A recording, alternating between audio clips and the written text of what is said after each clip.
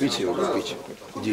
मेरा सवाल ये है कि आप एक खामोश भाई, ज़रा खामोश। आप एक ऐसे वक्त पाकिस्तान जा रहे हैं जब पाकिस्तान की जो आर्म फोर्सेस और सिक्योरिटी एजेंसीज है वो फुली कंसंट्रेट कर रही हैं नॉर्थ वजीरिस्तान ऑपरेशन पे, और यूँ लग रहा है कि बिल्कुल जो सिक्योरिटी एजेंसीज है वो ओवर स्ट्रेच्ड है। तो आपके जाने की वजह से स्पेशली इस पर्टिकुलर टाइम पे आप क्या ये नहीं समझते कि उनकी अटेंशन वो उनके लिए एक नीडलेस डिस्ट्रैक्शन क्रिएट हो जाएगी, जिसकी वजह से जो पहली बार जो इतना बड़ा मिलिट्री ऑपरेशन शुरू हुआ उसमें खलल पड़ेगा।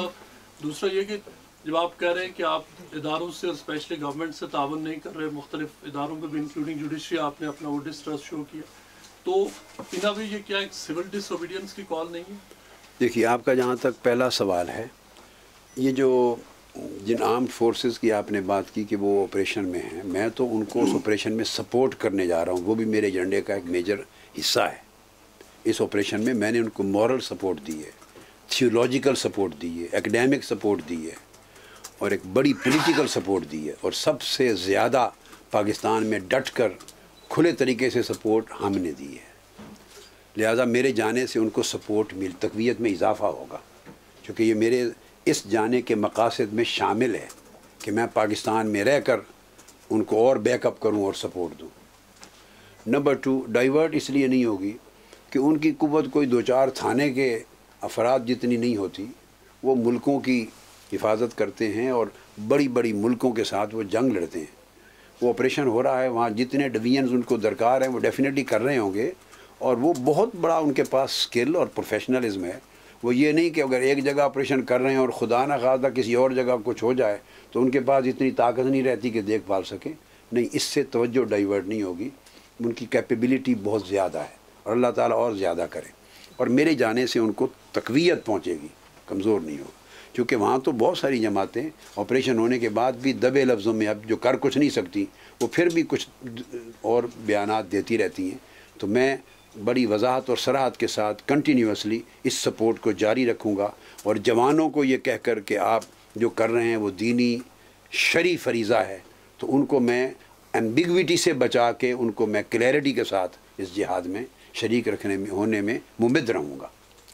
जो दूसरा सवाल था ना, जो उनका अदम एतमाद का, मैंने किसी जुडिशरी की अदम एतमाद का नहीं, ये तो सारा प्रोसेस जो उन्होंने तमाशा खेला है एक रुकनी एक बनाकर, ये तो सारे आदाब, रिवायात और कानून के ख़िलाफ़ है।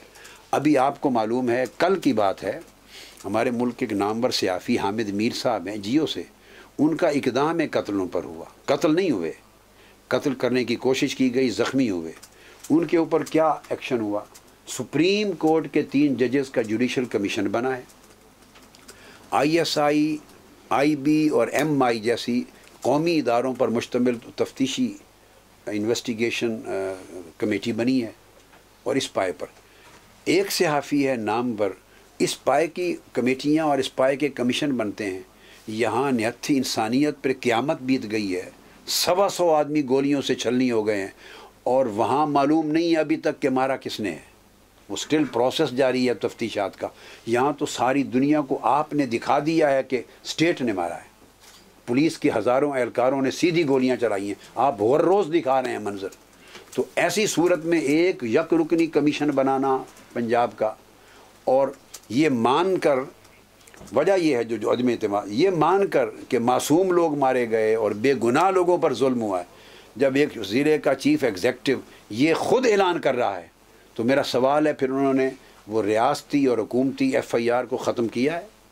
जब तस्लीम कर लिया कि बेगुनाहों पर जुल्म हुआ और बेगुनाहों का कत्लेआम हुआ और मज़म्मत कर दी, तो इसका मतलब है उन्होंने अपनी हुकूमती मौक़िफ़ की नफ़ी करके फिर FIR को ख़त्म करना चाहिए था।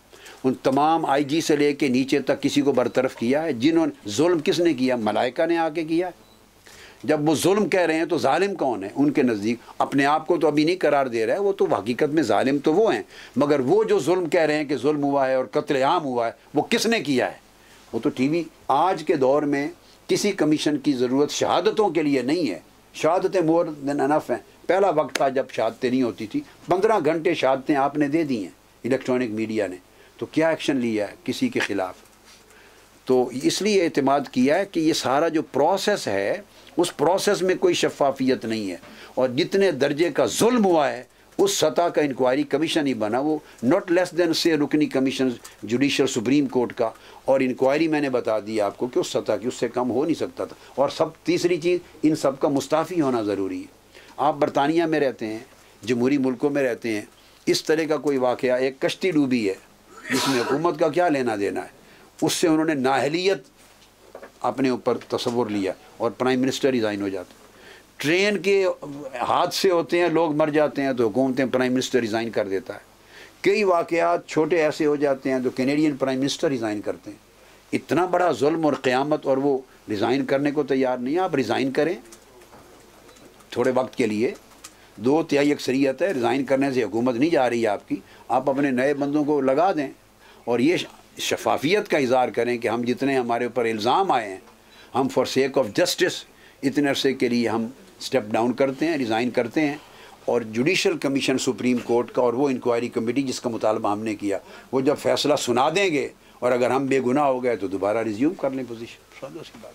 नसीम